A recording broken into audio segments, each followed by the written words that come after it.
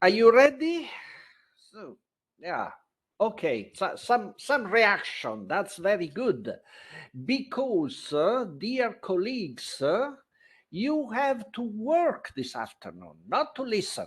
So we will just give some inputs, but we want to hear from you.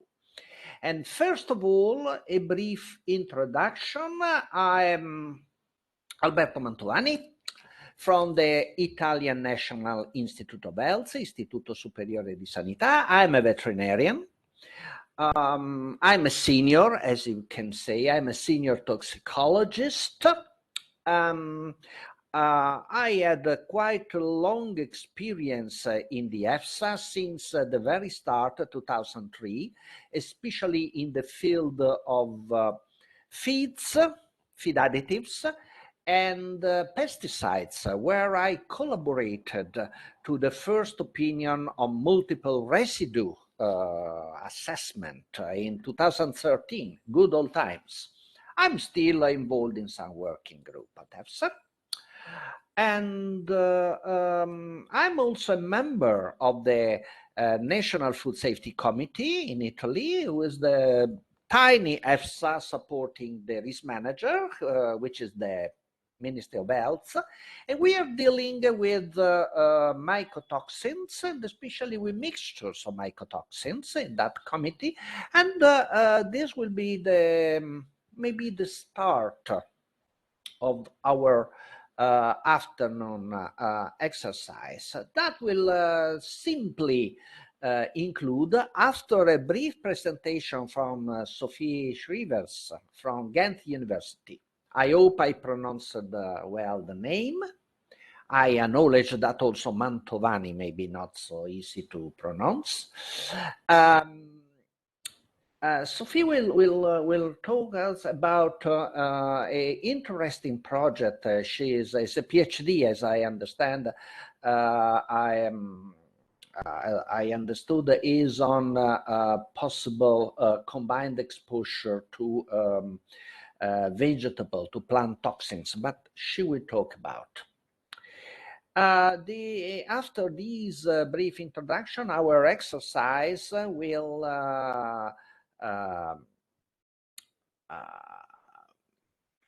start from questions from the trainer, from the trainers, and will be actually made from your reaction. Of course, we have in our mind what should be the replies to our questions, but let's see.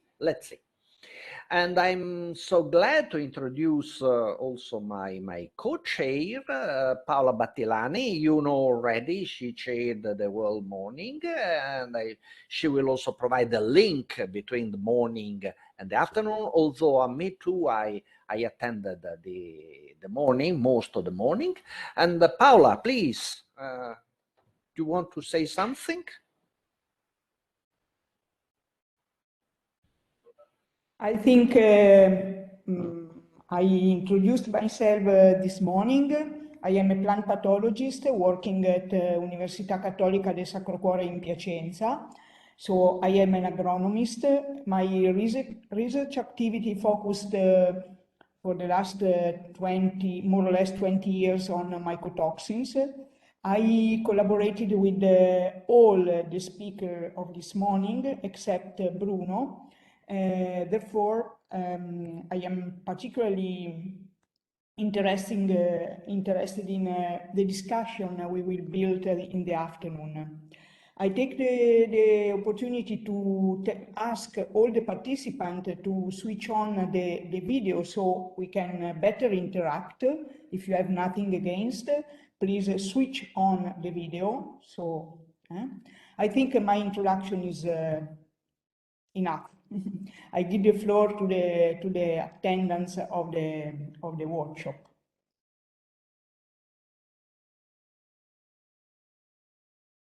To activate my video. Can we, what do you think, Paola? Can we already give the floor to Sophia?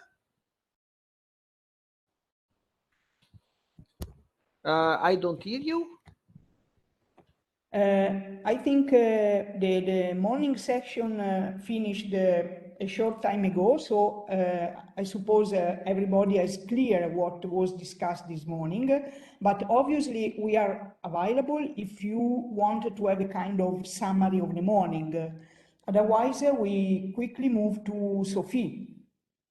So if I think. Hello, trying to, should I share my screen or? Yes. Yes, but I'm trying to make that work.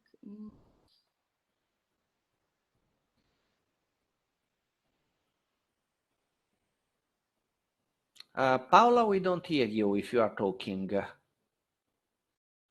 No, I was just suggesting to see on the bottom, and the third box is to share the screen. Yeah. Because it's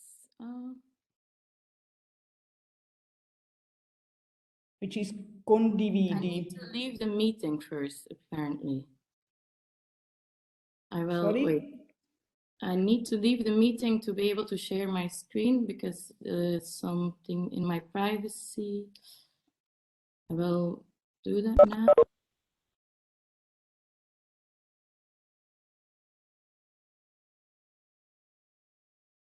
So in the meantime, any of you need to have a kind of summary of the topics discussed this morning, or everything is okay?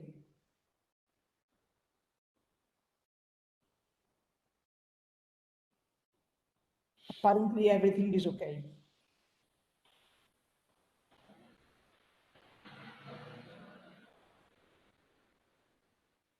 Well, as we are waiting, Paola, wouldn't be good to go for a quick round table just for the participants to introduce themselves? I hear Sophia, I think. Ah, Sophia is here. Yeah, I can now share my screen. Yes, I'm ready to go. Okay. Are you seeing my PowerPoint? Yes. Yes? Yes. Okay, perfect. Thank you. So my name is Sophie Schrijvers, and I'm a PhD student at the University of Ghent, and I'm working on the Lupinex project, which is basically a risk assessment for both mycotoxins and certain alkaloids through the consumption of lupins and lupin derivatives for the Belgian population. So I want to introduce you to the project and what we are doing and specificity of lupins. And then probably the exposure assessment and the risk characterization will be more interesting. So I think we are all noticing that we are transitioning towards more plant-based diets. And I want to preface this presentation by saying that we don't want to make any comments on those new consumption patterns, but I think that we should be aware that certain consumers might be exposed to certain chemical food safety risks, and that this research tries to quantify those risks and aims at taking a snapshot of those consumption patterns. So the research questions are, well, we are trying to get an insight and also quantify quinolizidine alkaloids on the one hand, and also phomopsines, which are mycotoxins, in both food and feed in products based on lupins and lupin derivatives that are present on the Belgian market, and then also do an exposure assessment and try to characterize the risk for the Belgian population. Oh, can I? Yeah.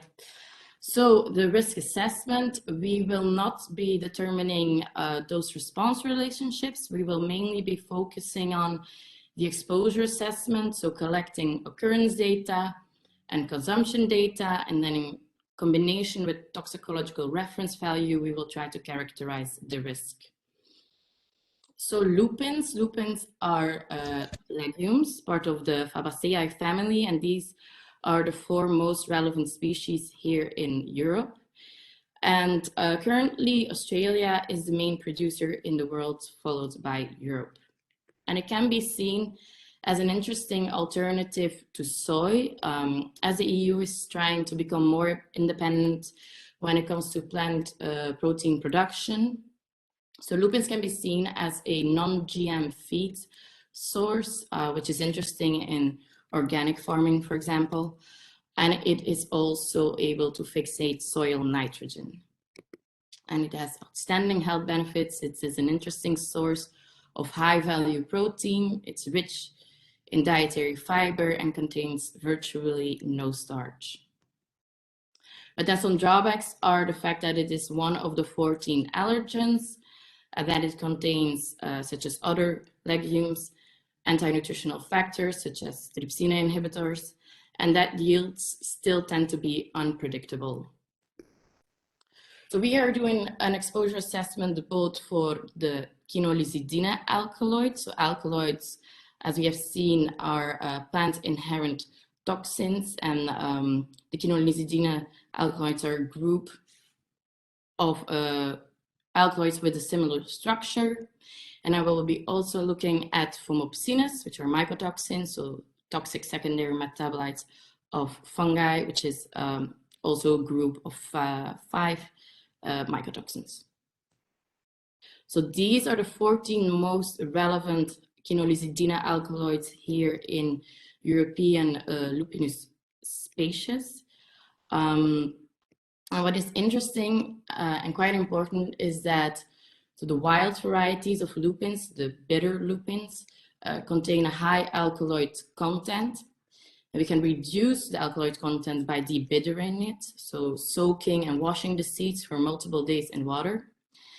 And that the few poisoning cases due to alkaloid poisoning that have occurred happened due to the insufficient debittering of bitter lupin seeds performed by consumers themselves. And through breeding processes, they have come to sweet lupins, which contain an alkaloid content of less than 200 milligrams per kilogram seeds. And then when comparing human data that we have from these case poisonings with findings from animal experiments, it seems that humans tend to react more sensitively to QAs than laboratory animals. So the toxicological reference values have been based on these cases of poisoning. So a risk assessment conducted by the BFR in Germany and a risk assessment conducted by EFSA in 2019 based their threshold dose for acute exposure both on sparteine, which is one of the QAs, with the highest potency. And thus far, no toxicological reference values have been set for long-term exposure. And now when we come to the phomopsines, so they're mycotoxins produced by the fungus Diaporti toxica. Here you can see the structure of phomopsine A, which is the most potent phomopsine. And these can induce a disease that is named lupinosis in animals such as sheep and ruminants, which is basically liver toxicosis. But also for the phomopsines, no toxicological reference values are available. But when looking at the effects it has on animals, it's fair to say that the human exposure should be kept as low as reasonably achievable. And then risk assessment that have been done previously were not possible due to an overall lack of data. And so how we will go about it, we will start by identifying the lupins and their derivatives on the Belgian market, both in food and feed, through a farm-to-fork approach. And at the same time, we are also developing an analytical method that will try to quantify the concentration of these compounds in one run. And as we've seen this morning, mycotoxins, for example, can transfer from plant-based feeds to animal-based products. So we will investigate the potential carryover as well. And then the next step, we will do the screening of the relevant samples and do the actual analysis. And then in the last step, we will do the exposure assessment and try to characterize the risk of the Belgian population. So the first step is identifying the use of lupins and lupin-based products in the Belgian agri-food chain. So really starting from the acreage of lupins and the import, going all the way to the consumers. And we will supplement that with a label specification study to really identify all the products available in Belgian food shops. So like I said, we want to quantify both the direct exposure to the fumopsine and the quinolizidine alkaloids, but also the indirect exposure through animal products, such as milk is relevant, but lupin also is used in aquaculture feed. So we will really need to use a targeted sampling plan to try to quantify the carryover. And then we will also be collecting consumption data with a food intake study based on the foods that we have identified earlier, with a specific focus on specific subpopulations such as vegetarians and vegans. And I think we will base our methodology on what they did in Germany a couple of years ago. They used a food frequency questionnaire, and I think we will need to do the same thing, because we really need to capture those consumers of lupins, and using, for example, a 24-hour recall, we might not find the consumers, but we might be losing some specificity using this technique. And then the last step is the actual exposure assessment and the risk characterization. And here we are still thinking of the methodologies. I know that we will be trying to be working in a probabilistic manner as much as possible. Like we've seen this morning, doing the Monte Carlo simulations at risk, but that will also depend on the availability of the data. We will be focusing on acute exposure, also because reference values for chronic exposure are lacking, and then also the non-average consumers, like I said, the vegans, the vegetarians need to be included. The BFR based their risk on a margin of safety and EFSA on a margin of exposure due to a lack of data and also a high level of uncertainty. And EFSA calculated it for different scenarios, and they both found values that may indicate an acute health concern for some consumers, especially in scenarios where the debittering of these bitter lupin seeds were insufficient by the consumers themselves. And then I still, we're still not sure about the methodology, and I hope we can learn about that today, which risk assessment methodologies we will need to apply. But yeah, maybe we can discuss that now. I'm not really sure. Okay, thank you for listening. I hope it was clear. And I'm open to any remarks and questions. So, first of all, I'd like to ask the participants whether you have any question or remark. That was an interesting, definitely an interesting presentation. Thank you, Sophie. First of all, I'd like to ask if you have any comment, question. Yes, may I have a question, please? Of course. Yes. Hi, good afternoon. Thank you for these workshops this evening. My name is Christina Vlachou. I am Greek, and I work for an authority here in Greece, the General Chemical State Laboratory. I would like to ask Sophie, this was a very interesting presentation, and maybe I've missed the information on the slides, but what kind of toxicity, I mean, target organ, target systems? Yeah. Thank you. So the quinolisidina alkaloids, I think it was the acetylcholine receptors. Yeah, and then for the phomopsines, the main target organ was the liver. Yeah, that was what I know this far. If I may add, then Sophie, the two groups of toxins are unlikely to have an additive effect because they have completely different targets, but they have as a group, I mean, as a group, they may have an additive effect, correct? So we may have two additive effects from the two groups. Yeah. Okay. Okay. Thanks. Yeah. In the risk assessment by EFSA, they assumed an what was it? An additive. I wrote it down. So dose additivity of 6 alkaloids. Okay. For their combined activity, yeah. But for the phomopsines, I'm not sure. Okay. Okay. I would recommend you to check whether it is, there is any cumulative value, added value. Any question? Any other question? Interesting. Yes, you? Please introduce yourself as Cristina did. Good afternoon. My name is Alexander Montoya.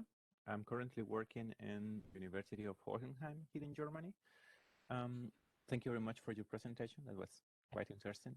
And I have a question regarding methodology, for example, to define the dietary pattern when you have a minor group in the whole population, for example, vegans or vegetarians. Do you increase the whole sample size, for example, as we discussed in the morning, to have a big picture of the whole country, let's say in that way, and then increase the chance to catch vegetarians among the whole population? Or you do a specific approach just for vegans and vegetarians and then ask them directly about their dietary patterns? How you manage to properly assess this way? So the idea right now is to maybe actually do it in Ghent, as it is quite a progressive city with a large community of vegans and vegetarians. And in that way, we try to be representative of Belgium, but really have a large contribution of vegans and vegetarians in our sample. That is the idea that we have right now, yeah. But yeah, sample size calculations will need to do that to determine how many people will need to be interviewed. Yeah. Thank you very much. I was wondering because it sounds like pretty challenging how to define a minor group and how to describe it. Thank you very much. Thanks a lot. That was a highly relevant question. Thanks, Alejandro. Sophie, may I ask, are there any, that's I'm curious, you know, I'm a veterinarian from my introduction. Are there, I don't know, really, are there any indication of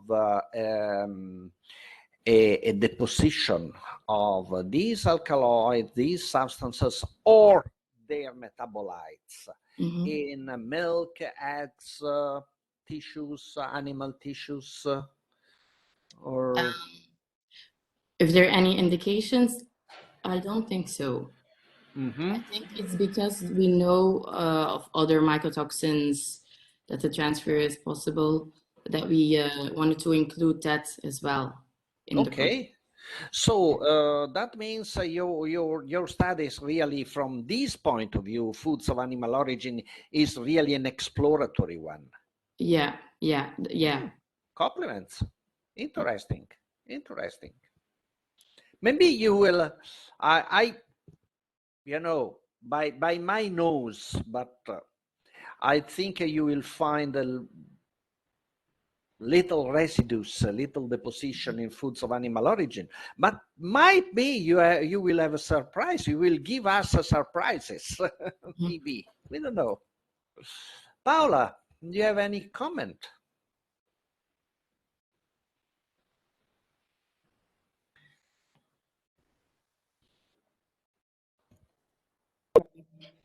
Sorry, the microphone.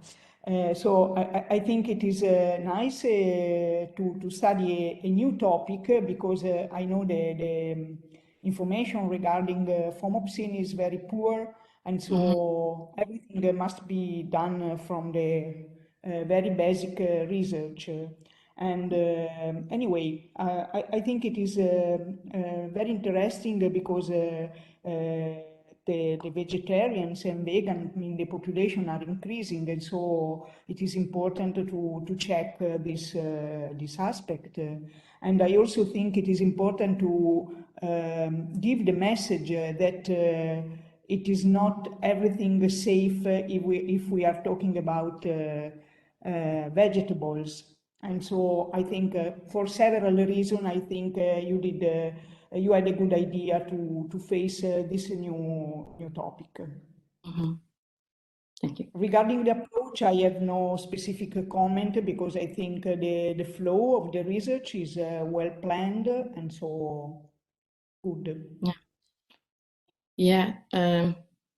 I think like what you've mentioned before, looking at the group, like within the groups of the alkaloids, what the toxicity will be, that will be interesting. And then also really look into how we can do try to quantify the carryover, because I think that will not be easy to get a good idea of that. But yeah.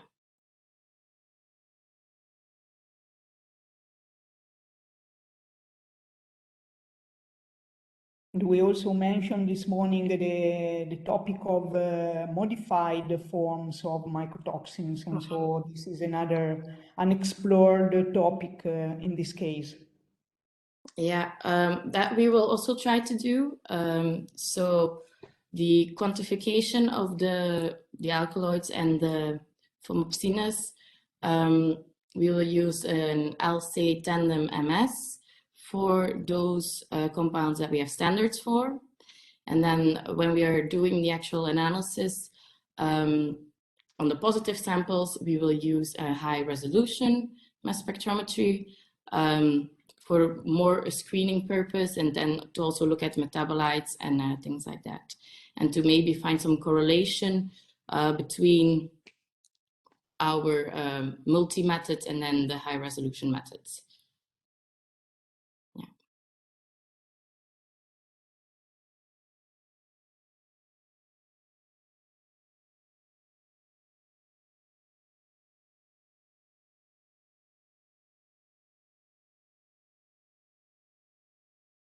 Alberto, your microphone is switched off.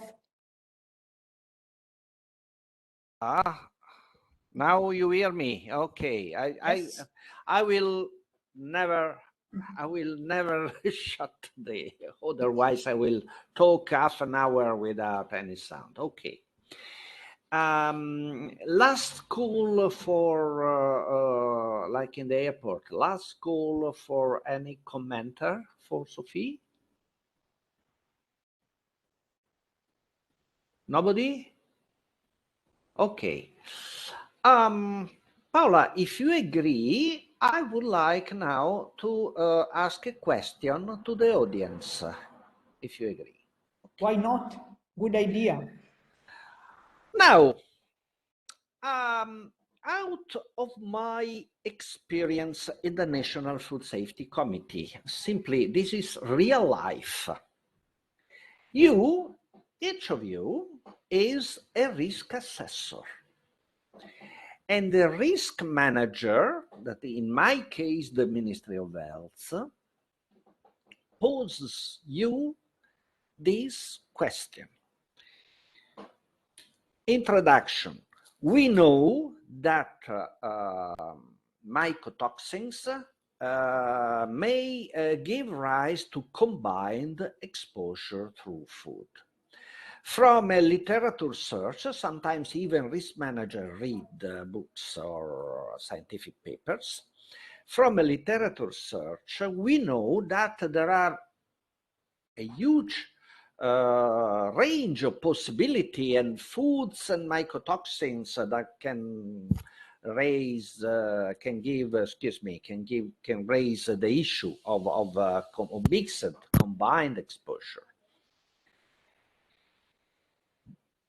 What, in your opinion, first of all, risk assessor, what would be the priority? And my question to you, this was the real life, my question to you, everybody in his own or her own reality.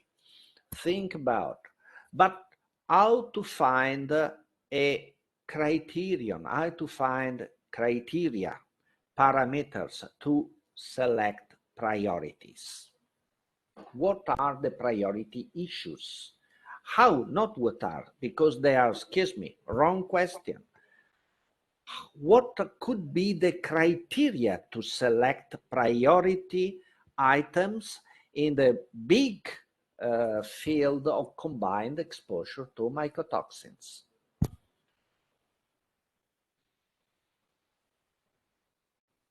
Everybody is free to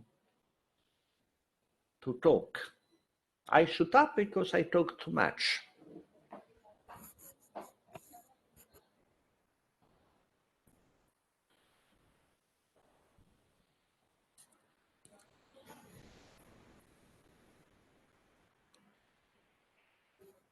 You come from several different countries, and so I think this is one of the possible reason to have different point of view. So any comment is welcome.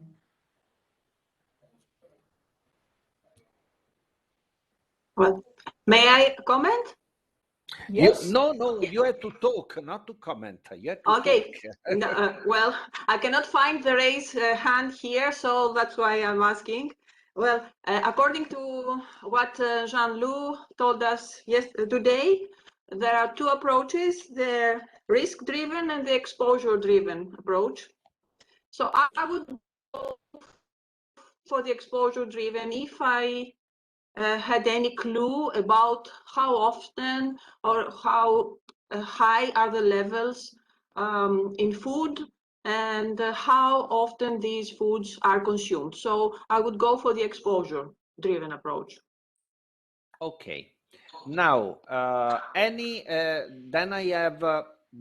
okay, Alejandro, to you.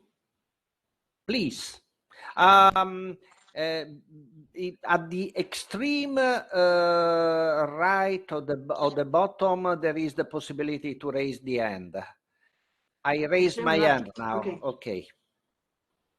Okay. Alejandro. I have a mixed background between food science and biochemistry physiology, so I will always complement what our colleague said with the most relevant in terms of toxic effects. So not just those that eventually are more often present in foods, but also those that even at low doses could have a really high health impact. So then I will go for the risk. For the risk-driven prioritization. Okay. Yes, but exposure has both. Can you ask Alejandro to put the microphone closer to the mouth because the volume is very low. And the same suggestion for any other people that is going to speak. We hear very well Sophie and also Cristina, but Alexander, not so well. Thank you very much. Now it's better? Okay, thank you. Okay, so I would just, I have a mixed background between food science and physiology. So I will always have in mind the point of view of the relevance of the toxic effects. So how how critical would be the exposure to certain compounds. So I will prioritize in terms of biological impact to health.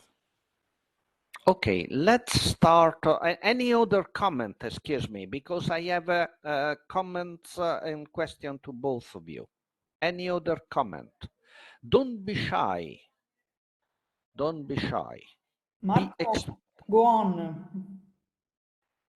Yes. Hi. Good afternoon. Hi, everyone. Hello. Sorry. Can I go? Oh, okay. I'll wait. None. Who is asking? Marco first, but it doesn't matter. Please. It doesn't matter. Yeah, I will start. It's just a brief thing. Just mention. Do you hear me well?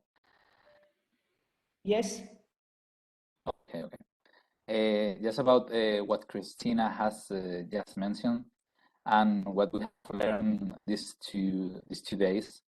I think both. I don't know which of the points from yesterday explained to us that if the exposure is low but the risk is high, in general, you can say that the risk is low, and if the exposure is low but the risk is high, it happens in the same way. But risk and exposure must be like high in order to really consider like a great danger.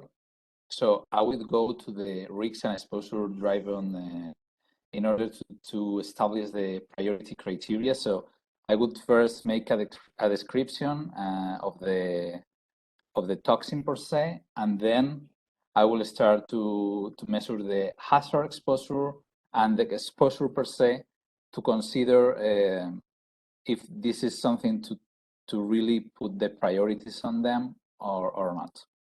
That's it. Thank you. There was another person asking for the floor. Yes, I think a lady. Yes, it was me. Hi, good afternoon. I'm Rossana Roila from University of Perugia in Italy. And I absolutely agree what my colleagues just said. I would just like a little, very small piece to what they say. Probably I would focus also in what are the most frequent combinations as we are talking about combined exposure. Thank you. Thank you.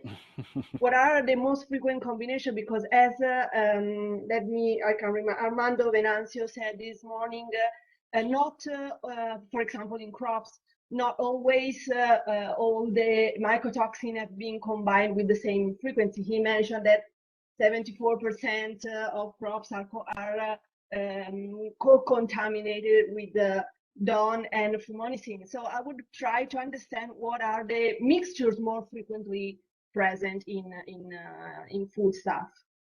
Just a little piece added to. No, it's very relevant because the risk manager did not ask.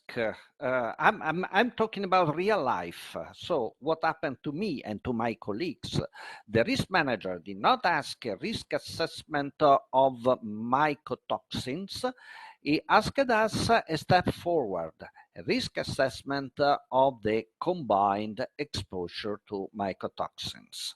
And if there are not enough data, how to point out the priority issues for further studies. That was also another. So it always, first suggestion from my side, always listen to the question posed by the risk managers. Otherwise, it will start a ping pong match that is is really not very efficient. So thank you. That was a very relevant point. Now, Christina, my question to you: what could be the you want an approach exposure driven? That's perfect. What could be the data sources to start? Because you need data. You need data. What could be the data sources just to start to have a first idea? Of course, I would need occurrence data. And as my colleague said, of course, the levels of the particular members of this group for the combined exposure. And of course, I would need data on consumption, because this is very relevant. If these foods, if these plant products in which these mycotoxins exist at high levels are really consumed or not by the population of study, because I have my project on cadmium for Austrians, and high levels are in algae and in animal liver. But from the consumption survey, we have the information that these food items are not consumed by Austrians. So I would not prioritize these food items for my exposure assessment. I need information on occurrence, on levels of the particular members, and of course consumption. Considering exposure and levels, do you think that according to your experience, national monitoring plans may provide some information or not? Well, national monitoring plans are most of the times targeted. So they are going for targeted sampling, because we need to know how high the level are regarding the legislation. But what we need is rare sampling, not targeted. So we need much more information other than from monitoring plans, the national official plans. Yeah, that's what I agree. I basically agree.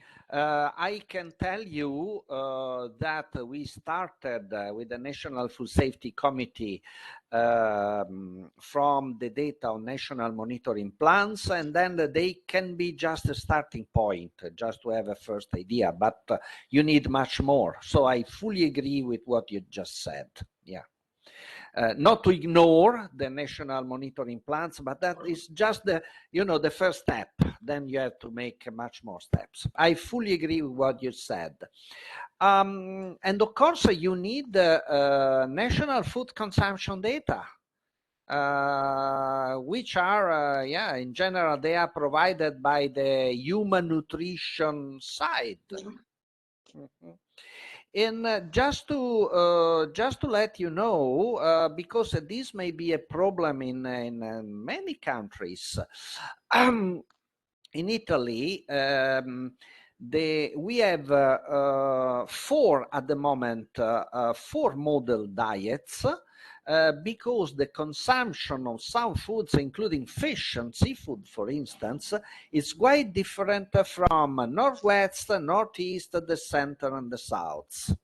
So we have regional differences, and it's difficult at the moment to, and it will be difficult, to describe the average Italian diet.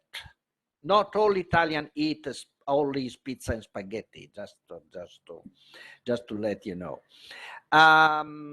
So when you consider dietary consumption, food consumption data, first of all, consider, as I think Sophia already pointed out, the issue of, and in the discussion as well, the issue of some special groups like vegans, vegetarians, or whatever, ethnic groups, ethnic minorities that may have they may be high consumer of some foods. Just use your imagination, and especially the actual data on the country, and consider also regional differences that may be significant in many countries, maybe.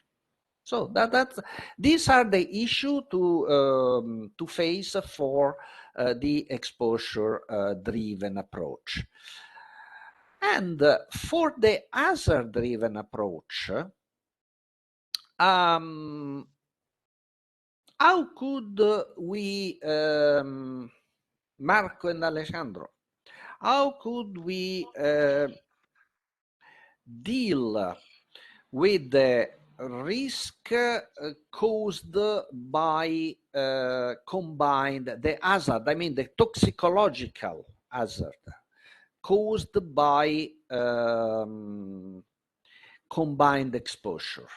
Because I agree we should focus on the compounds that are most toxic, but we are focusing on combined exposure. How can we deal with that?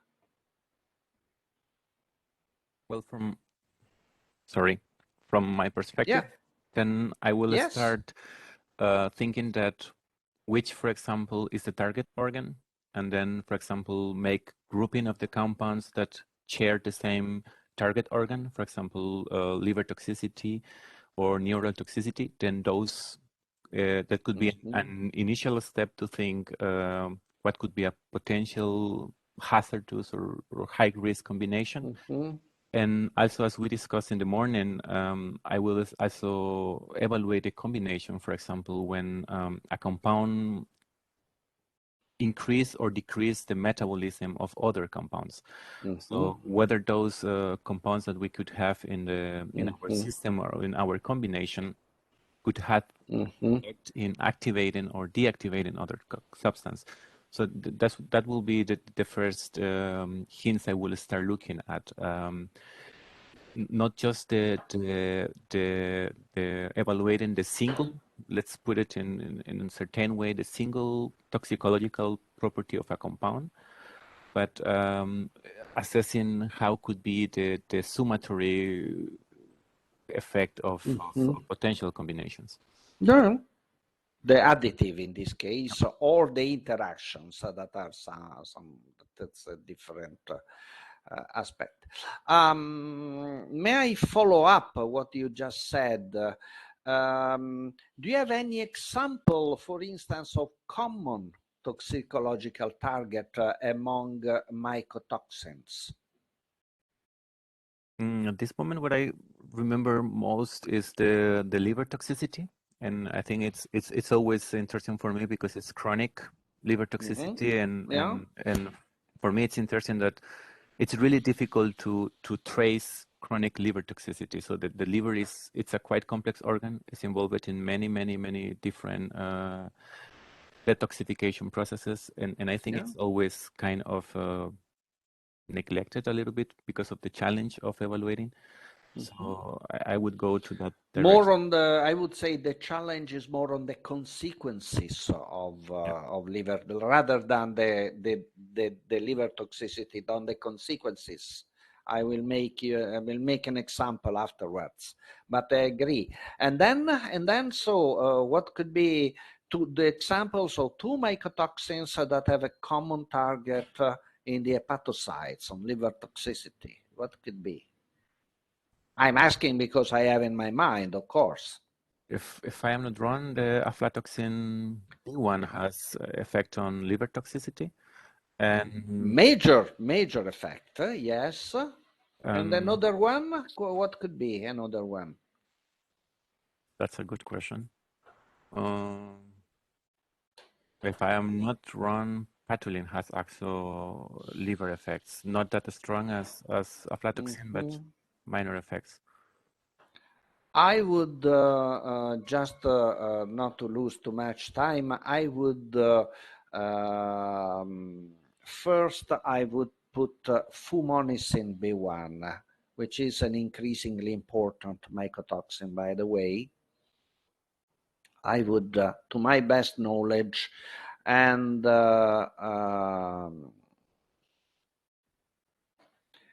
this is a real possibility of at least additive effects between the two mycotoxins. There is, yeah. But anyway, since we are not dealing with specific cases, what you what you would say is what you would point out is that we need a systematic review of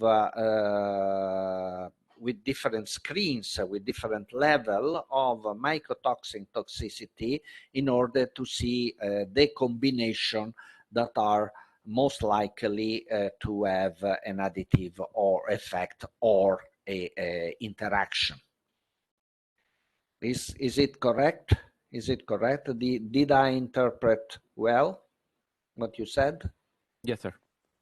Okay. Now, I'm asking to the rest of the audience, also Marco, that have some ideas, to everybody. Both approaches are correct, but you are the poor risk assessor that has to work for the risk manager, but also as his or her own work at the lab, at the university, at the department, and so on. So you need to be time effective. And this is reality. I'm just giving you real life. So in order to be time effective, will you start? Both approaches are valid, but which comes first and which comes second? Will you prefer to start from the exposure screening or from the hazard? I would say, would define, since it's based on toxicology, more hazard than risk, on the hazard based screening. Both are valid. Which comes first? Which is the starting point and which is the second step? I'm asking the audience. I'm a toxicologist, so I'm for the hazard, but I'm biased. Don't listen me. Don't listen to me. Absolutely. Well, can I speak? Of course, and Okay. raise your hand if you wish. Okay. Okay. Perfect. Well, like, okay. So the thing is, I'm biomedical research, so I'm biased too, and I would go with the hazard risk probably, because in my case is the most interesting part for me, and I think also is the health issue is the more concerned one in terms of safety. At least for me, but I'm also biased because of this. So I don't know. Okay, you think we will since our just to translate for a general audience, since our first goal is the protection of the health of consumers, we must start from the effects. Okay. Yes, okay. That's how. Yeah, totally agree. But Okay. maybe it's not the right answer from another. There is other perspectives, but yeah, I said like this. Yeah. There's no right answer. We have to choose the right answer. Okay. Any different view? I'm biased, so I agree with, but I'm biased. Any different view? I'm started to call names. If you wish, I start. Christine is asking to the floor. Okay. I don't see who is. Okay. Over here, Okay. yeah. Now I see. Thank you. Yeah, I'm Elaine Christine. I'm doing my PhD at the University of Vienna in food chemistry and toxicology. So I would also be biased to go towards the hazard, but I think it's a bit pointless to start researching the hazard if we don't know if there is an exposure, if there is a relevant and significant exposure. So I think it will be interesting for us to focus on a risk group if we want the general population, if we want a specific population, and then go into the exposure and see what we have to look into, and then start the toxicological evaluation. I think that would be a good approach. Thank you, Christine. You showed us that is possible to go beyond our internal bias. Thank you. Thank you. The original question, by the way, from the risk manager, the example was, the question is for the general population. But you pointed out, I agree with what you said, that the risk manager could ask also that please focus on children, focus on pregnant women, focus on vegans or whatever. So it's also possible that the risk manager will focus on a very special, well, I mean, well-identified population group. That's also possible. It depends, of course, the answer depends on the question. So, any different or any other views? Shall we start? Yeah, please. Yes, we have Olta. Please. Yeah, hello. Hello to you all. I'm Olta Alcagnari. I'm doing my PhD at Sapienza University in pharmacology and toxicology. And I would like to say that we have to consider in these cases even the phytovigilance system that unfortunately is not harmonized at the European level. But I think that if there are some reports of suspected adverse reactions that concerns something in specific, we have to consider those, and so we might start with the human diet and the human exposure and the occurrence exposure. So I don't know if I was clear. Okay, okay. May I ask you, perfect, you are crystal clear. Again, my question is, this comes from my current experience with this problem in Italy. What are then the data? For instance, in your country, what could be the data source, at least to start, data sources? So I think that we have to consider all the reports that have arrived at the phytovigilance system about suspected adverse reactions due to supplements and other type of natural products. And even we have to consider even the other system that monitors the safety of food products that is harmonized. So yeah, we have to start from this data, I think. We could start. So, if I understand, then you propose also to use human data, human medical data, yes, is correct? Yes, of course, yes. In general, but I may be wrong, besides some exceptions that are very important, like ergotamine or zearalenone, which is estrogenic, mycotoxins are not expected to produce, clinically acute effects, adverse reactions, rather more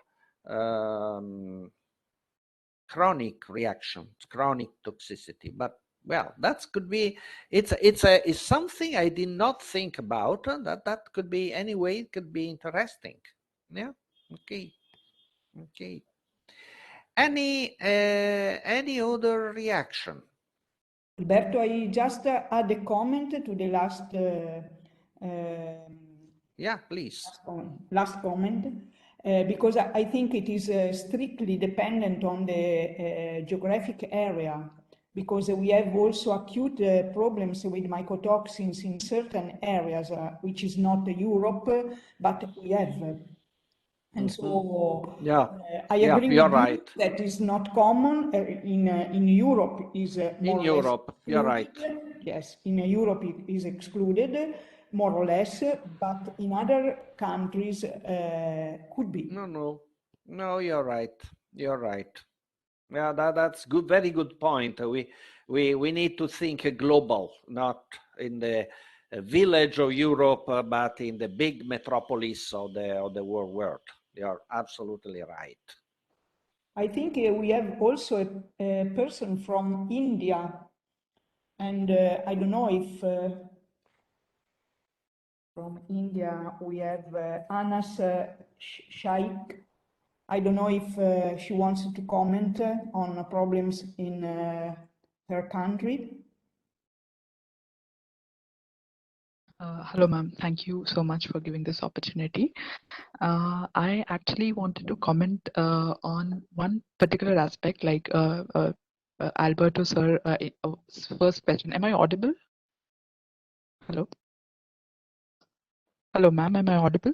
Okay, okay. Yeah. So, yeah, so I wanted to comment on Alberto sir's first question, which was based on like how exactly, suppose, let's say, particularly in India, we have different populations across different states, and their dietary habits are different. The cuisine, the processing conditions which the food undergoes is also different. So, for example, I live in Mumbai, and like we are exposed to a lot of seafood. Now, there is a lot of pollution because of the factories, etc., releasing their chemicals into the seas. We have more exposure to those toxins which may come from, for example, heavy metals like mercury, which may accumulate in fishes, than the populations which live towards the inner side of India, for example, the other states, the central states. So I think that should be the, I mean, such a classification should be essential. Also, now, given the fish exposures, so even in terms of it's not that all populations or all states have similar processing techniques or cuisine for fish. So some eat, for example, in my household, we eat fried fish, but some other household may not be processing fish to that high temperature. So then again, the I mean, the exposure level depends on the type of processing as well. So since I'm a food process engineer, I just wanted to add that aspect, that yes, it should be, I mean, our approach in prioritizing, that was Alberto's first question, like how exactly do we prioritize? So I think it should be based on dietary habits of the populations, as well as how exactly are they processing their cuisines, which I think Alberto sir also mentioned in terms of the Italian example. For example, he mentioned that for seafoods itself, they process it in some different way, and some other countries may process it in some other ways. So I think that should be, that can be a probable approach to prevent risks. Thank you. So, thank you, Anas. This gives a different perspective on the I mean, there's no 100% right answer for all scenarios. Just to for you to discuss and to think about. Anas gave us a somehow different perspective on the exposure driven first step. And this, let's start, if I understand correctly, from the dietary habits of people. So let's start from the foods that are consumed more. This is the first, this is a main component of the exposure, together, of course, with the concentration of mycotoxins in foods, but consumption is very, very important. and these may be variable, and you have to you need good data sets in order to understand what is consumed more in a country and in different parts of the countries of the country. Okay, this is a slightly but importantly different viewpoint. Okay, thank you. Yes, thank you, sir. Any other reaction? Alberto, if I may ask one thing. Yes, of course. It's a question for you because it's not my topic, so I have many questions related with this. And I wanted to ask you how are addressed the studies in pregnant and children. I mean, how are that kind of studies? They really exist? There are any studies that take into account pregnant and children, or it's something that you have to suppose and to work, I don't know, with limited information? Well, again, from the toxicological standpoints, there are clearly some effects that are much more relevant for pregnant women and children rather than other ones. For instance, toxicants like the perfluoroalkyl substances, effects on immunity, methylmercury after on neurodevelopment, zearalenone after on estrogenicity, the estrogenic effects. I mean, the relevant health-based guidance values that defined by the EFSA are based on pregnant women and or small children and not on the adult because of these effects. Just the first three examples, there are many other ones. Arsenic, for instance, which has been assessed by EFSA in 2009, and the critical aspect is carcinogenicity upon long-term exposure, then is long-term exposure in adults, the real critical aspects for risk assessment. I mean, that.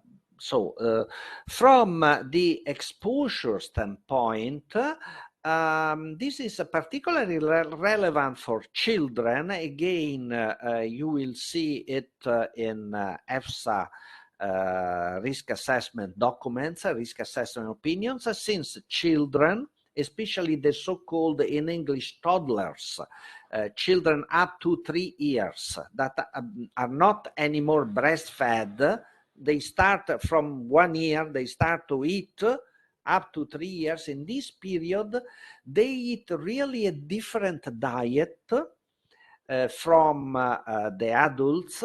They eat more compared to the kilogram, the body weight. I mean, they eat relatively more, and they eat different foods.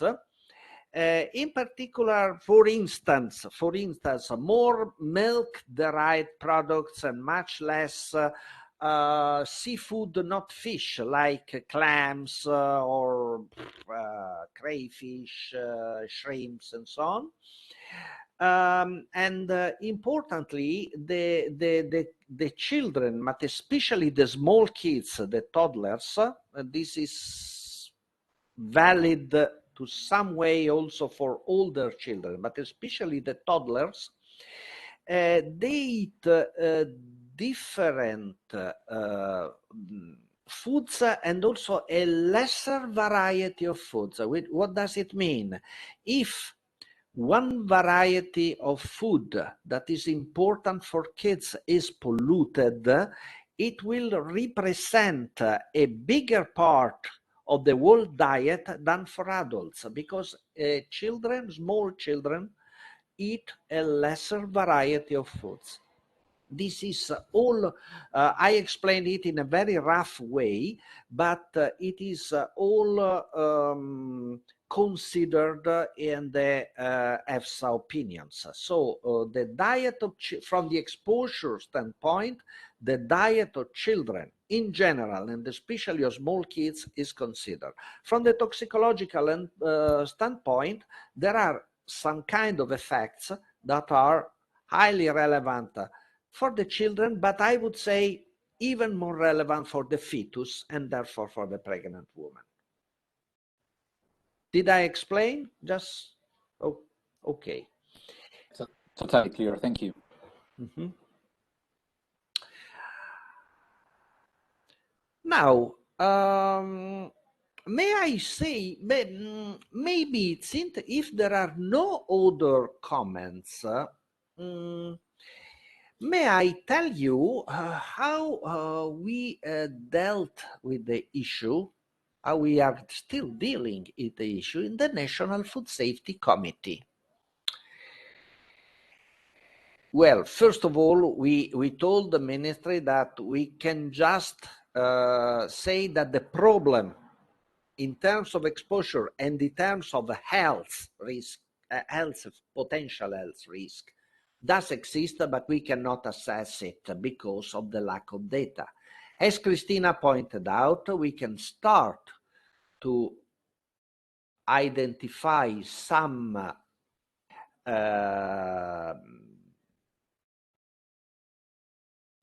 problems through the national monitoring plan, but this is not, this is really focused on the respect of legal limits. So it's a first step, but further steps are needed. Then we divided the issue of combined exposure to mycotoxins in two parts, in two separate documents. And I'm asking you, what could be these two groups, these two parts of the big issue? Just to give you an indication, it's considering in particular the toxicological aspects. So the big issue of combined exposure to mycotoxins, you heard it this morning. I was there, so you heard it. But we can consider two separate scenarios for combined exposure to mycotoxins.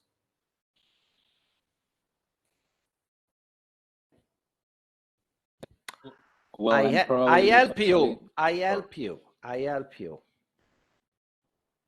Think about what I'm doing. Okay, go ahead. Marco, would you like to go first? Anna, who is talking? All right, Anas is talking, sir. Anna, yeah.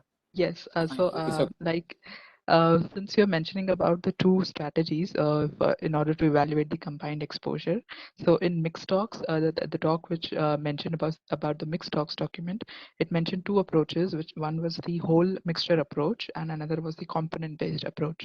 So perhaps in the whole mixture approach, they consider the mixture as a whole, as in what if a person consumes it in particular proportions as a mixture, which probably would be found in nature, and in another one would be they would consider it component by component. So like if a person consumes one particular thing, then evaluating its health risks based on that one component, and then for the other components, and then developing a cumulative risk which could be due to the all the components in the mixture. Mm-hmm. Excellent. This is a different way how to face this issue. In general, I would say, but I'm asking the support by Paola, that for the combined or mixed, as you prefer, exposure to mycotoxins, the preference is toward the compound-based approach. But I'm asking Paola because she is much more knowledgeable about mixed stocks. Yeah. From my point of view, you are correct. We consider the components because so we have I should say several things. First of all, I start from the occurrence of different mycotoxins in different products in different geographic area in different years.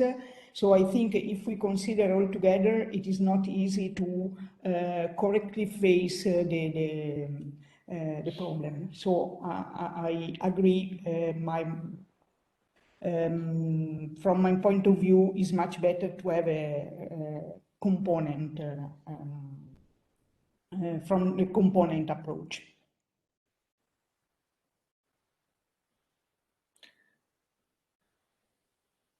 Okay. There is a kind of combined exposure that is very, very frequent in the case of mycotoxins. Although, as we heard this morning, it has been recognized and investigated due to the weakness of analytical methods only since the 90s, and we are starting to understand it only, I would say, only in this decade. What is this part of the issue of combined exposure to mycotoxins? Yes, Olta?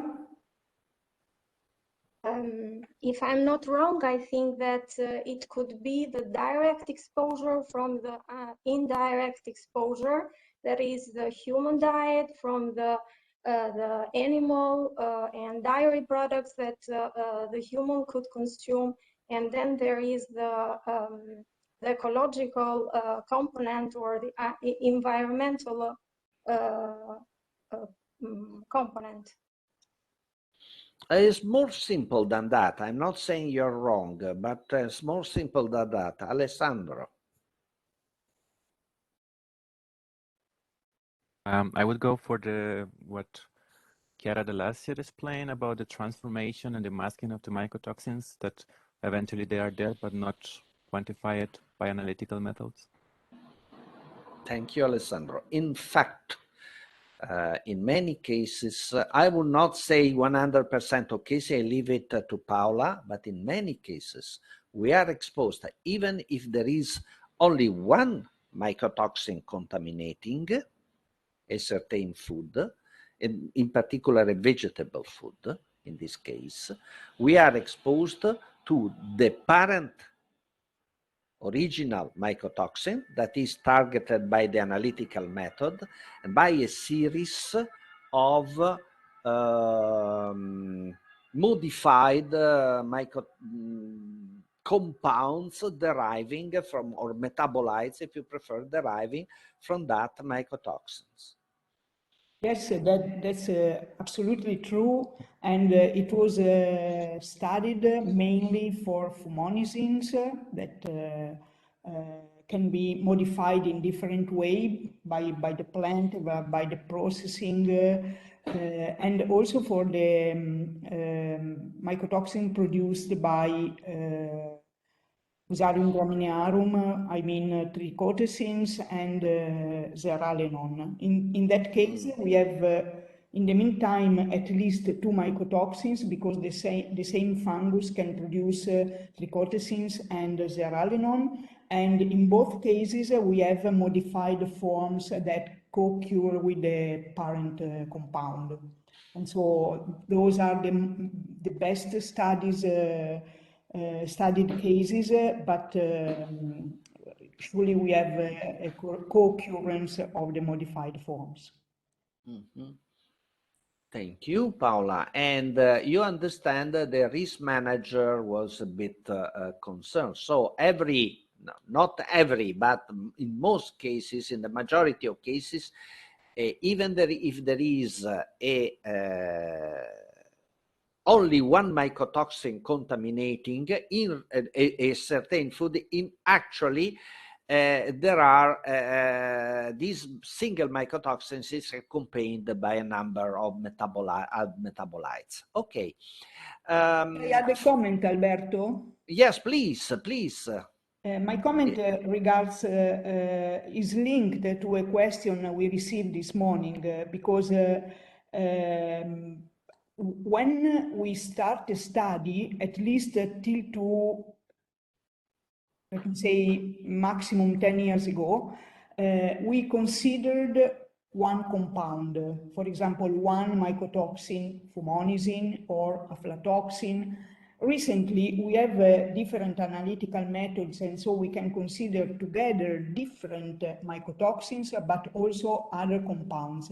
And so what I would like to underline is that probably the co-occurrence is underestimated, especially if we take data collected some years ago, because many, at least research studies, focused on one compound. Only recently we have a broad approach and with analytical methods that allow to analyze more compounds at the same time, we have the co-occurrence measured on the same samples. Otherwise, if a study is focused on one compound, we have only one compound, but not because we have only one compound, because we are looking for only one compound. Yeah, that's extremely important. In fact, that's extremely important. Yeah, you see what you search for. That's basically, that's very important. Very, very important.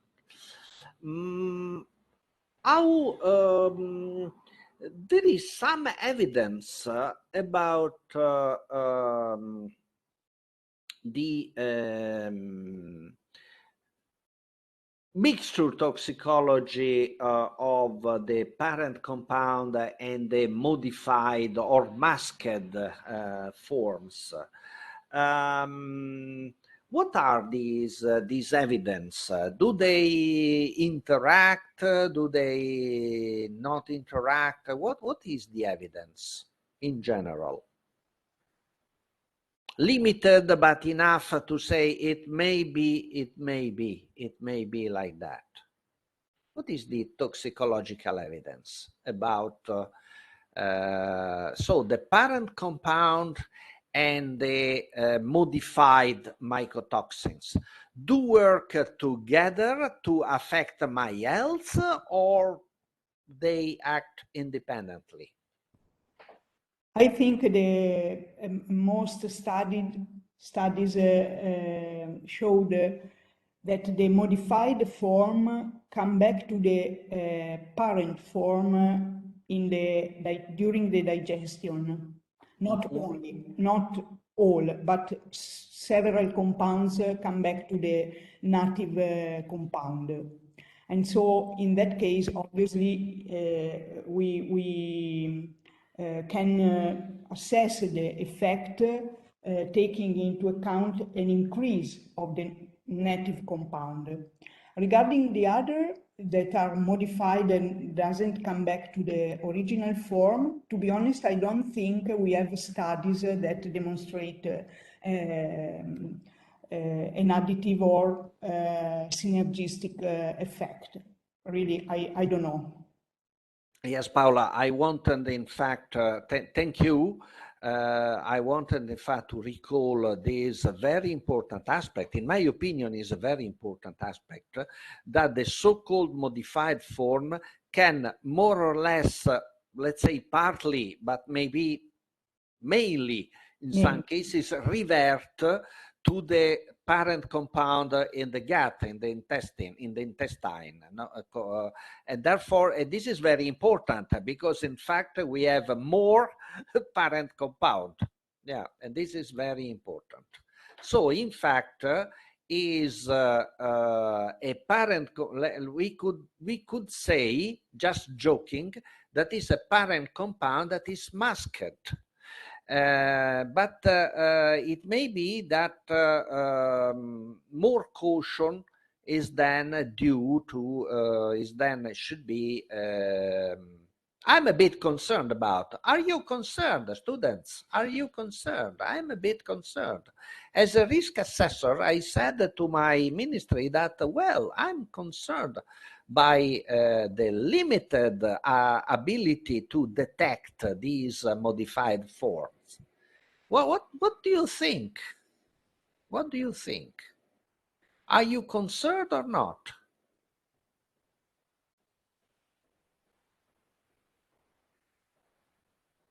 You are not concerned. Oh, you happy young persons.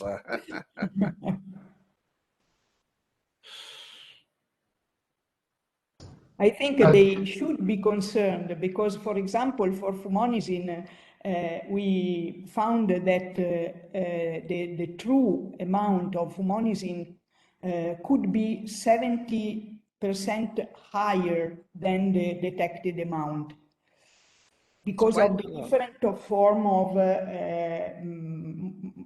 different modified form of the original molecule, and they are all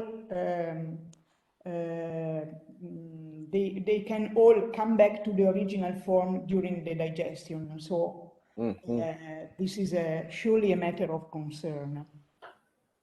And the problem is not so easy to be solved with the analytical aspect, because till now we have no the standards, we don't have the only a protocol which is easily applicable to find in the meantime the native compounds and the modified compounds.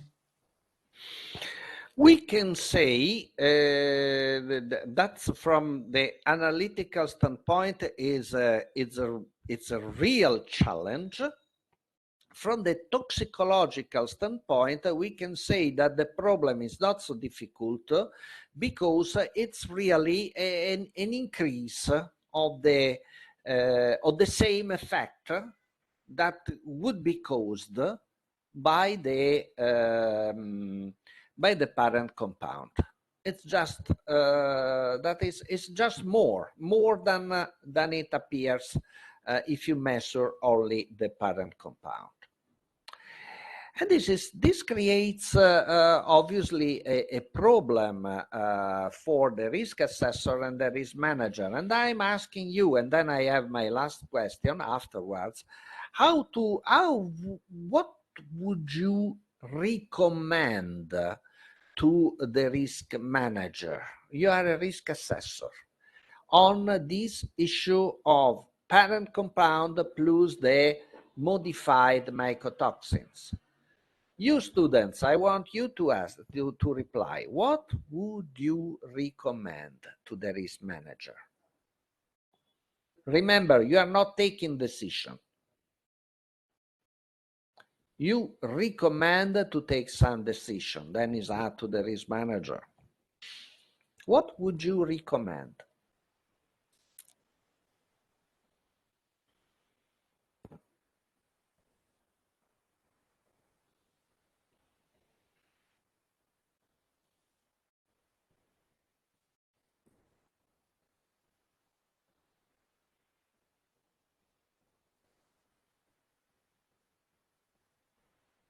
Alessandro, you moved your hand or just to stretch your fingers?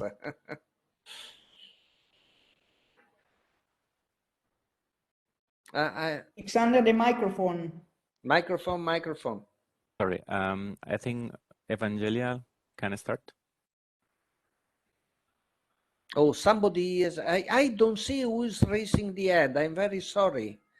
Somebody has raised Evangelia. I can raise my normal hand instead of the digital one. Okay. I prefer actually. Okay. Okay. Go ahead. So since as a risk assessor, we have realized that there is a kind of flaw in our methods, because we have been assessing based on what we expected to be there, but actually we realized that the amount is much higher than the expected because it's somehow hiding. So I would say that either we should use another model, a kind of index that it will include the amount that might be hiding from a toxin, and therefore lower our limits just to be sure that in case the amount is higher, we will still have a limit as low as needed to protect the human or animal health. So that would be the first thing I would like to mention. And the second thing, which I think that everyone who works in academia always asks, is money. If you're missing something, if you do not have enough data, and if you do want to have additional research to have this data, you should be able to have a new path on your research and produce data for the risk assessor to be able to take a better decision. Absolutely correct. I have just one comment, Evangelia. If you wanted to ask for more resources, be more polite. Don't ask directly for money. Say more resources. Diplomacy, young woman, diplomacy, young lady. No, really, no. There's a way to ask, and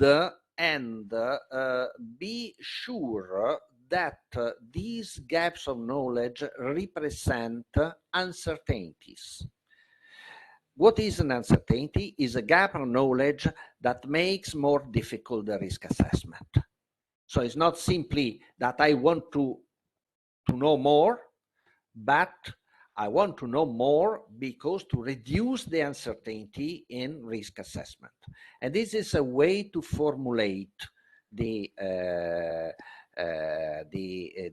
problem. That is very important. If you read, and then I give the floor to Alessandro. If you read the EFSA opinions on contaminants, there is at the end the uncertainty assessment, which is a very important part in order to proceed.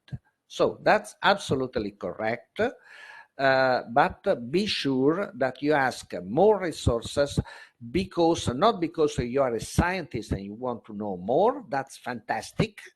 Please don't misunderstand me. That's fantastic. But there is, since you are a risk assessor, you ask for more resources in order to reduce the uncertainties. Okay, Evangelia. Then Alessandro. You mentioned the importance of the uncertainty that you left with at the end after making the risk assessment. And I would like to ask, I don't know, maybe it's a strange question to be asked here. Apart from the hazard analysis, the risk analysis, what about the threat analysis or the vulnerability of the system? We tend to search for a toxin where we expect to find it. But what about the cases that either the system have failed or someone deliberately, like in the cases of food fraud, tried to trick the system? And then you end up with a toxin where it shouldn't be, and you have not included that food on your risk assessment for the certain toxin because it shouldn't be there in the first place. And that adds up uncertainty. Yeah, it was not, it's not a strange, we may correspond, if you wish, afterwards, because I want to give the floor to other people. But anyway, it's not at all a strange question. I remember in 2018, it was in Berlin, February 2018, a big conference organized also by EFSA on uncertainty and risk analysis.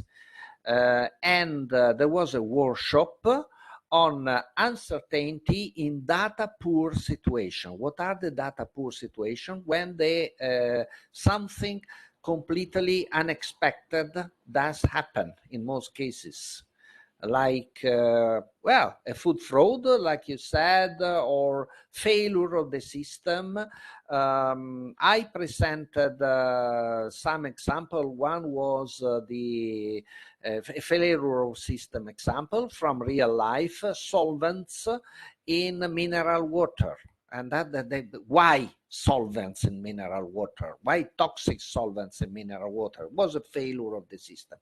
It's a long story. But anyway, this is an important part of uncertainty analysis. So it's not a strange question, it's a very relevant question. And it's from 2018, it went on actually. This issue. It's very interesting, but I wish I need to give the floor to other person. Alessandro, you were shaving, sorry, not shaving, showing your hand. Yeah.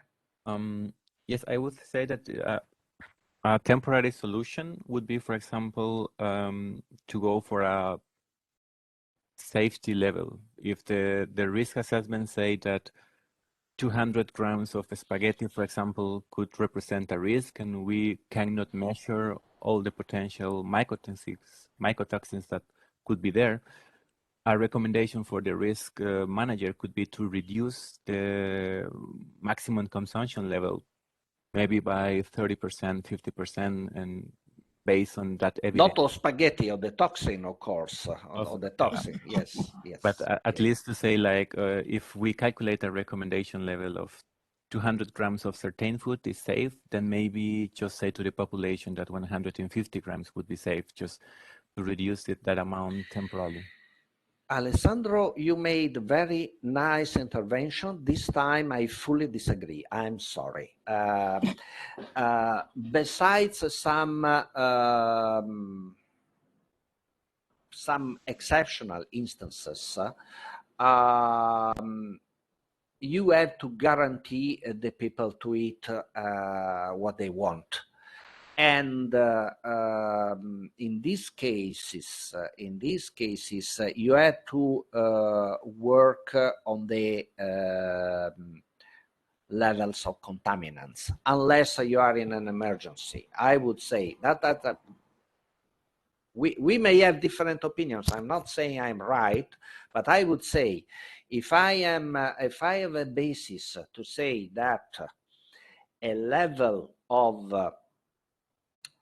100 parent compound of fumonisin is 100 microgram per kilogram of mycotoxin of fumonisin is safe in pasta, but this 100 may hide another 50 nanogram of masked modified mycotoxin, which I do not see, I will lower the acceptable limit of mycotoxin, not to recommend people to eat less spaghetti. No.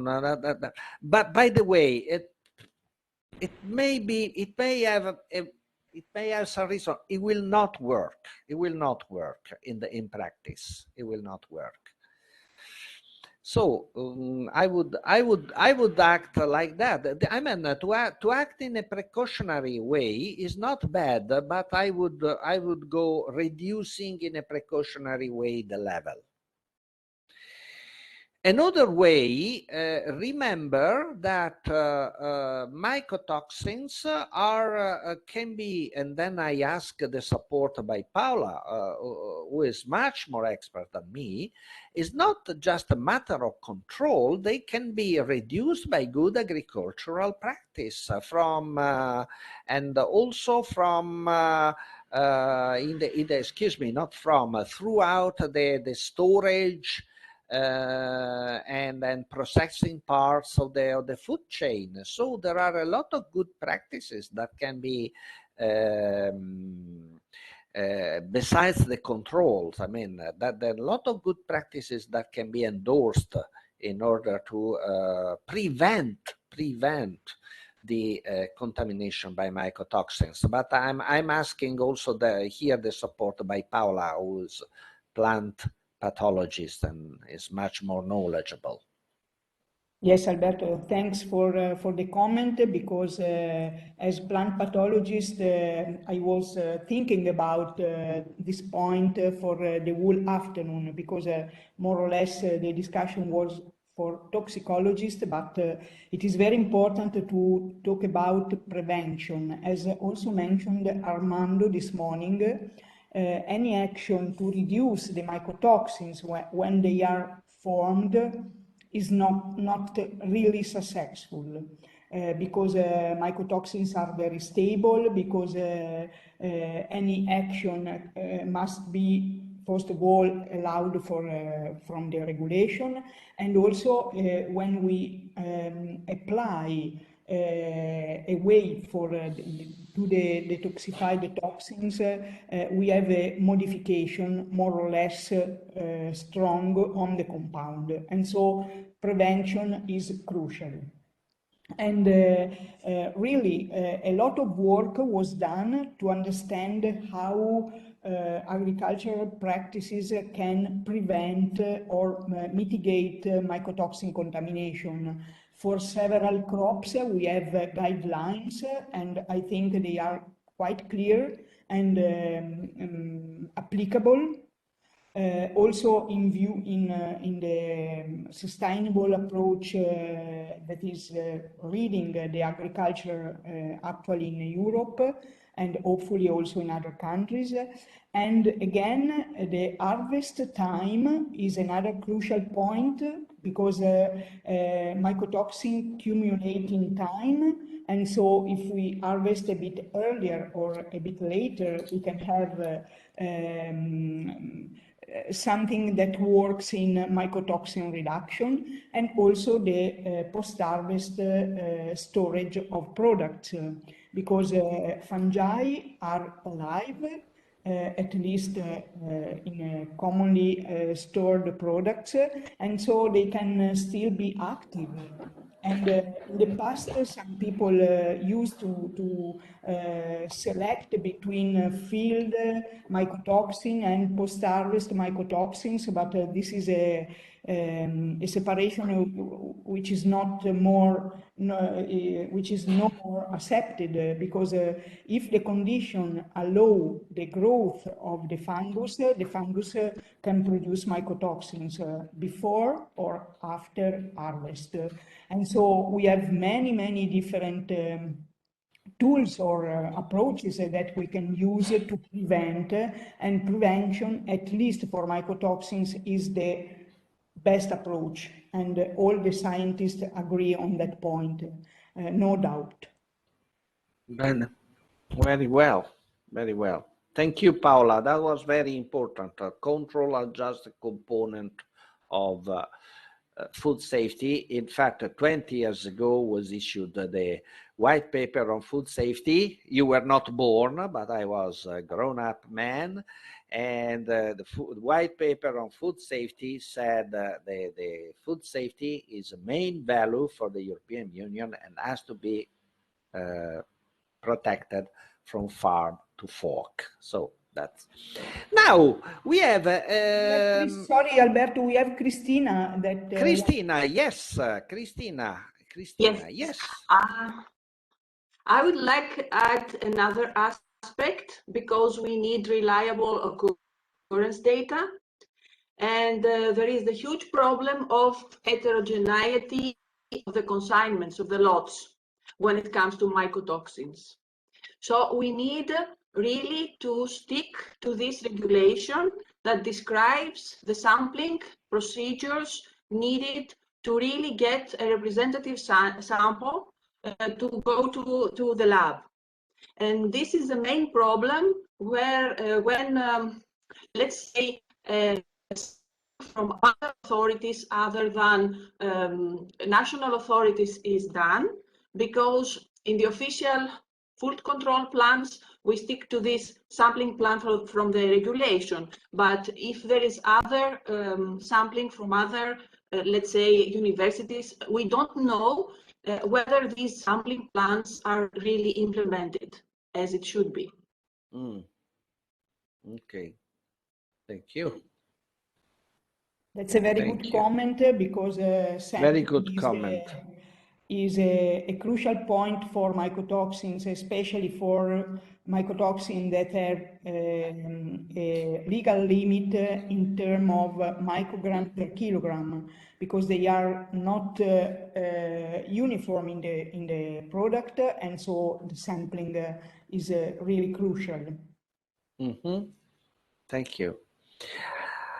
May I use, no, that was a very, Christina, was an excellent contribution. Thank you. May I use these last 10 minutes to ask, and what about the we talked at length about combined exposure to parent compound plus modified mycotoxin. Perfect. Stop. What about the second component? First of all, the second kind of problem. Somebody wants to name this second problem? It's very easy. You're tired, but don't be shy. We have last 10 minutes.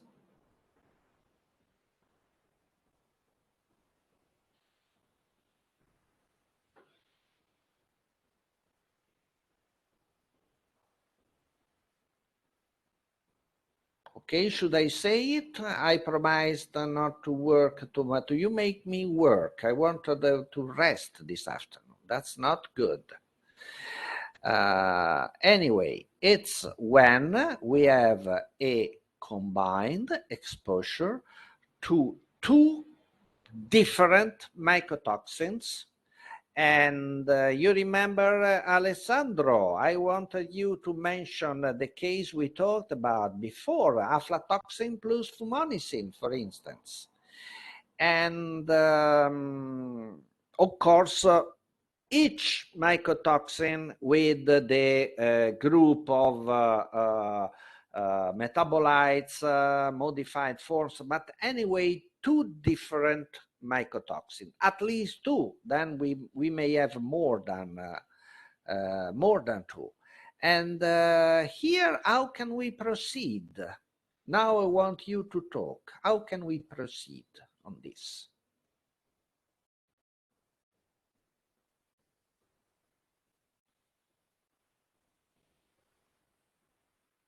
We said we may have a hazard or health effect-based approach and an exposure-based approach. Both are valid, but the difference is simply the starting point.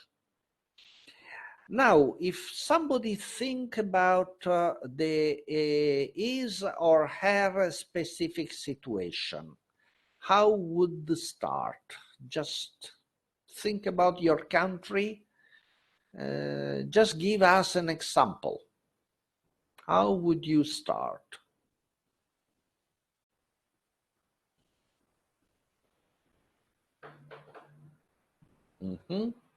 Alessandro. I think I will back for a couple of things that two of the ladies in the audience said before, that going for the regional or country consumption patterns and together with concentration, and see, for example, which combinations could be more frequent to have both mycotoxins, or eventually in which dietary patterns it will be more probable to have the presence of the two substance, a little bit more going to the exposure-driven approach. Okay, and then you will see if there is any evidence for toxicological additivity or interaction. Okay, that's a very reasonable approach. Oh, okay, Okay, okay. This is a way forward. Please comment. Yeah, I want to add this one, like, let's say if we have two different toxins coming from two different. Now, I'm not aware about toxins, but I'm aware about this example of eating milk and meat together. Like my grandma used to say that once you eat fish, then you should avoid drinking milk for some time. So, like when I was in my bachelor's and we had this subject as nutraceuticals and functional foods. So in that I learned that indeed calcium and iron, they compete for their absorption in the in our gut. So perhaps that could be a reason that I mean I extrapolate. Maybe Granny used to say that, okay, don't eat meat and milk together. So yeah, that is one example what I would like to say. And when considering two different toxins, maybe we can check for which area it is. I mean, which target organ are they targeting? So if it's the same, then they might be a more potent risk. If they are different, then also we will have to, I mean, study the exposure basically. So, but this is one example what I wanted to share. Mm-hmm. So, well, the target, yes, that's another way. I think that there's from the exposure. Surely, as a toxicologist, of course I agree. My only problem, and that as a risk assessor, I would say that there are a lot of potential combination. Just think about.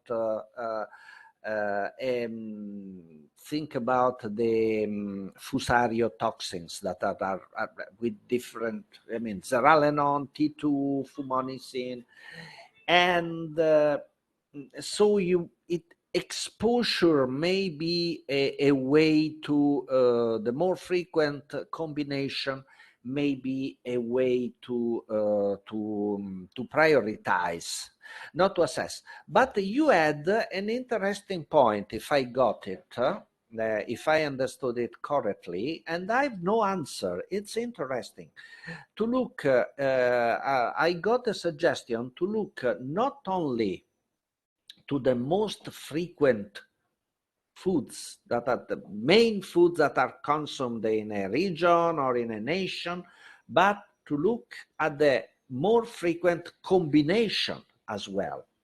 For instance, spaghetti and tomato, I don't know, yeah, that could be a frequent combination, pasta and tomato, or pasta, tomato, and Parmesan cheese, you know, and so you have a very frequent combination. You can add something else, but these three are often together. That's interesting. I mean, I never thought about, but that's interesting. What do you think? Somebody else has different views or what?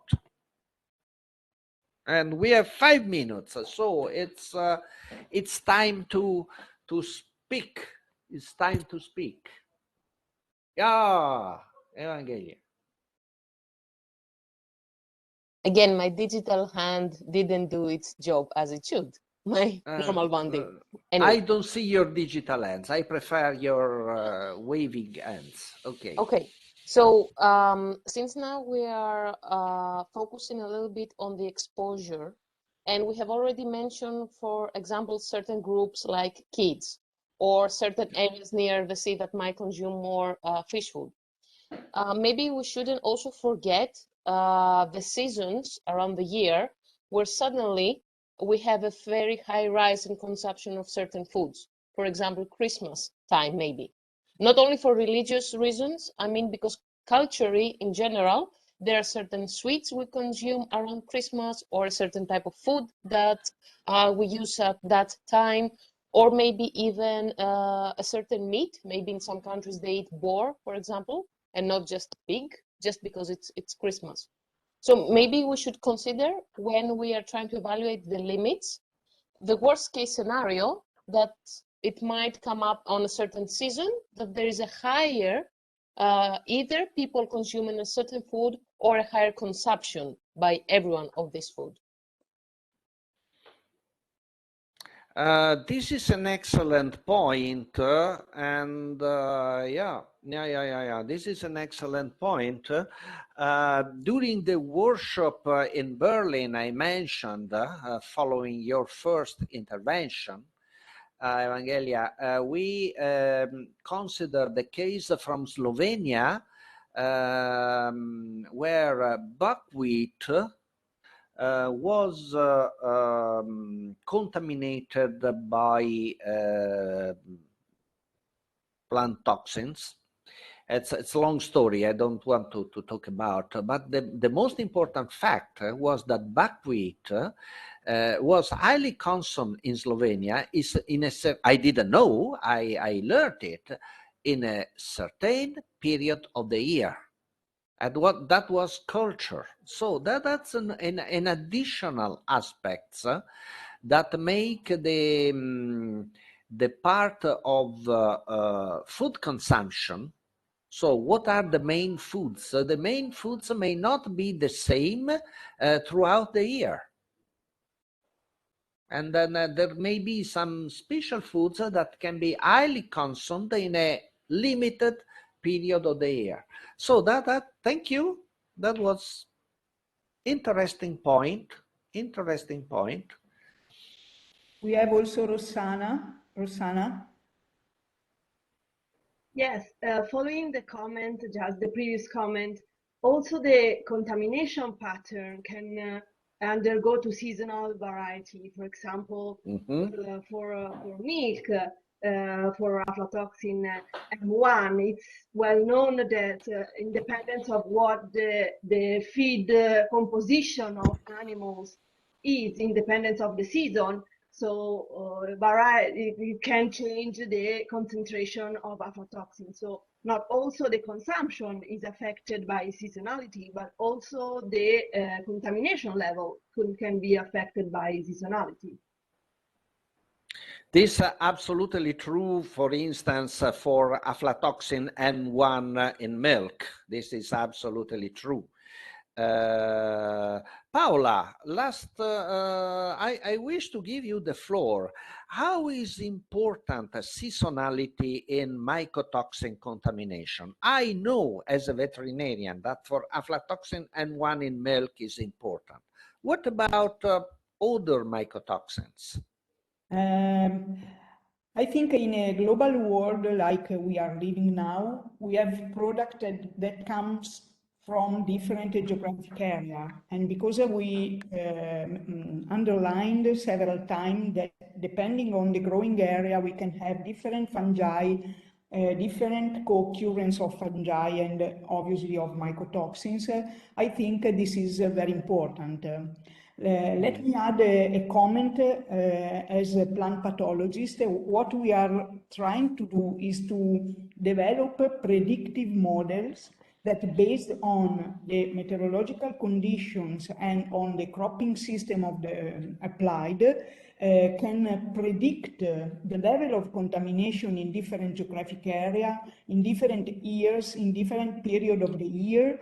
And this could be very helpful also for risk assessors, because otherwise you need a lot of data. But with the predictive modeling, you can combine some data collection and some prediction to support a good risk assessment with a limited amount of money, because you can a bit reduce the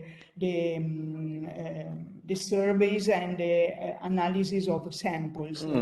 So we don't have enough time to discuss this point, but my comment is that anyway, now we need to have different expertise that talk together to obtain the best approach in the whole chain we are, or in the whole food we use, because putting together all the expertise, we can see some aspects that otherwise we don't have in mind. And this is clear also from the comment of the audience, because each person has a different point of view and add something to the discussion and to the help to open the mind and have a better view of the situation.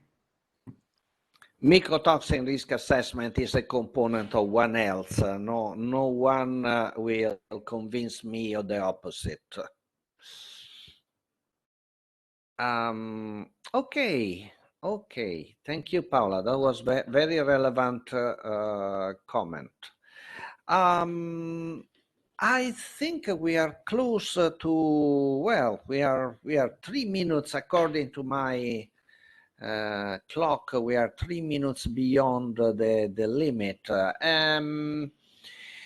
Are there any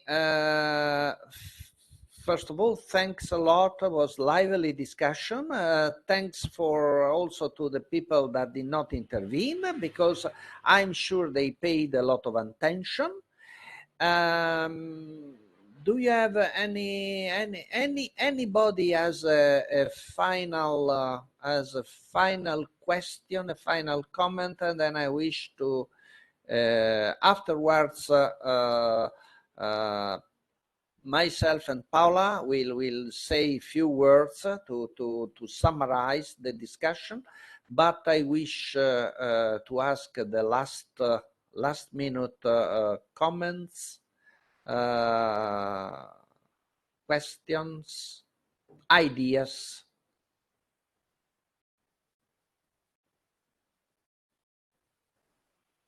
Nobody raise. Alexander.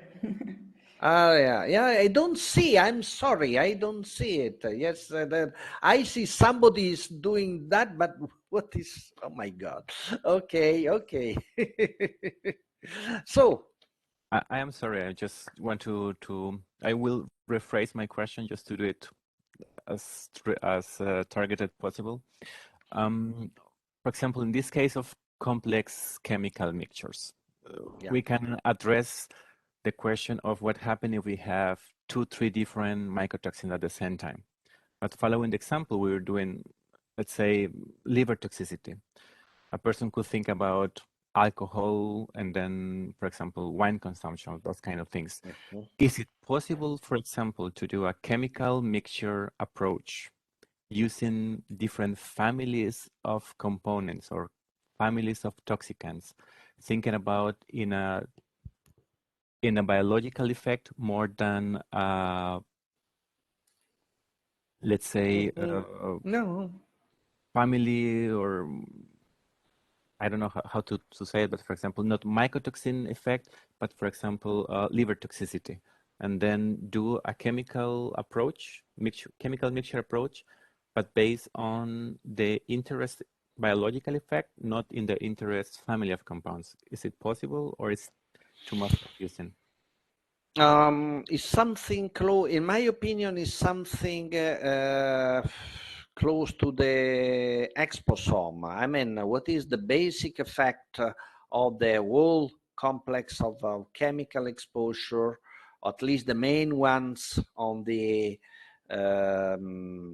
on main functions of our body? It's something, I mean, it's something for the future. At the moment, I'm not, sorry for this very personal remark, I'm not enthusiastic about the exposome, because it's simply describing the that we are exposed to many chemicals. But surely there are in the HBM4EU project, I have a small collaboration with this project. That means human biomonitoring for you. There are groups that are trying to interpret this overall exposure in terms of health effect. At the moment, this is more than the simple, not simple, but than the whole mixture approach. I personally have no, I don't know even if EFSA is facing this exposome approach. If there is some EFSA officer listening, I would like to know their opinion. But surely something for the future is very interesting. I have no answer, Alessandro. I'm very sorry.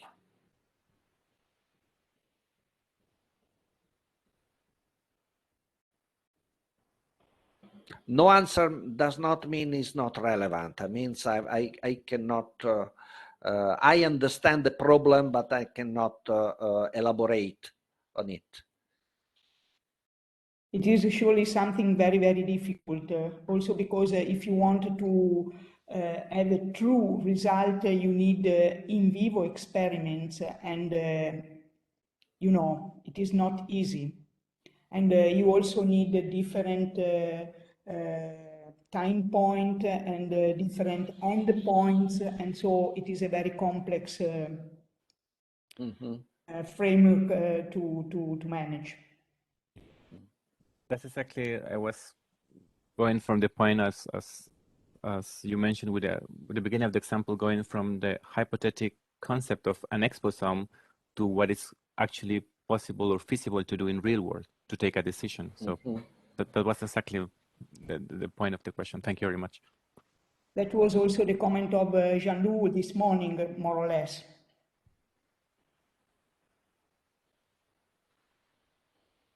Okay. Any further question or comments besides extremely difficult comments like on what to do with exposome that we just heard about? That we required a congress, maybe a talk. No, when we are beyond time, Paola, we may close maybe.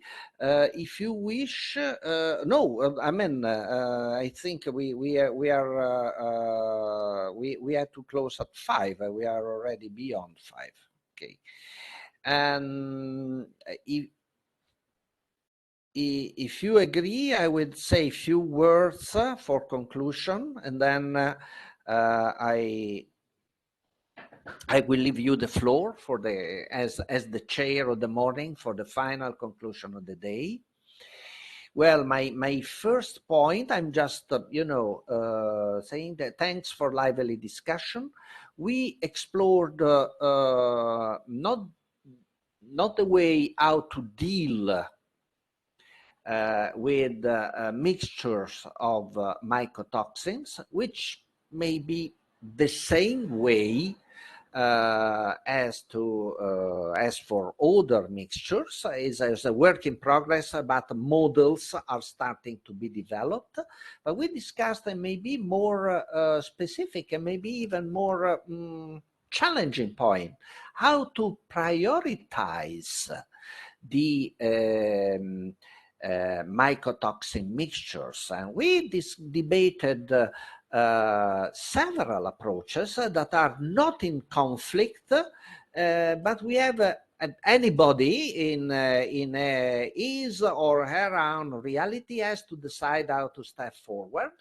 And one is based on exposure driven, starting from the main mycotoxin presence and their concentrations. The other one is also exposure driven, but giving more emphasis to dietary habits. So maybe a less contaminated food that is highly consumed is more important, but then not bad.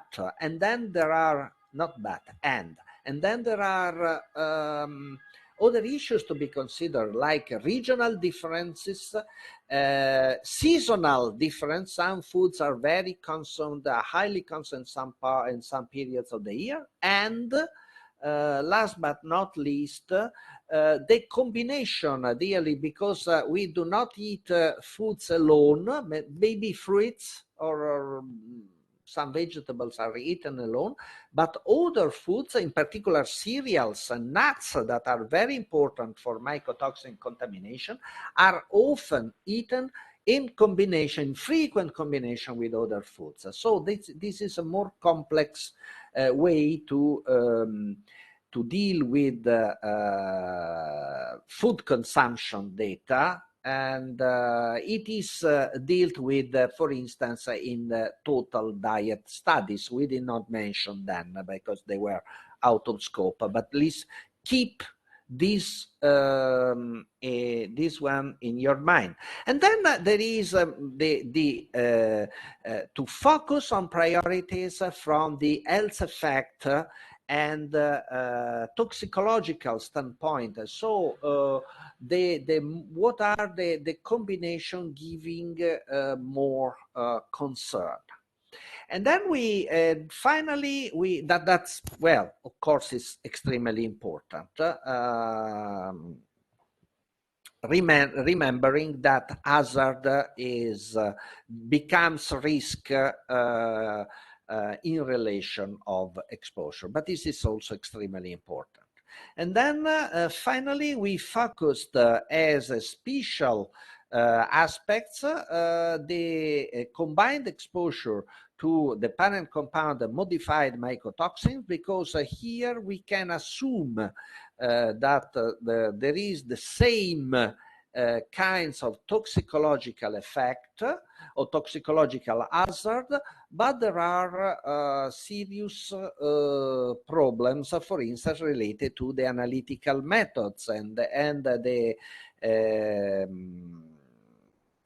ability to detect this contamination, and this message has to be presented to the risk manager. And finally, we also emphasize that controls are very important, but in fact we need prevention. Since the hazard is substantial and the risk is likely, we need prevention to good practices from the farm to the fork.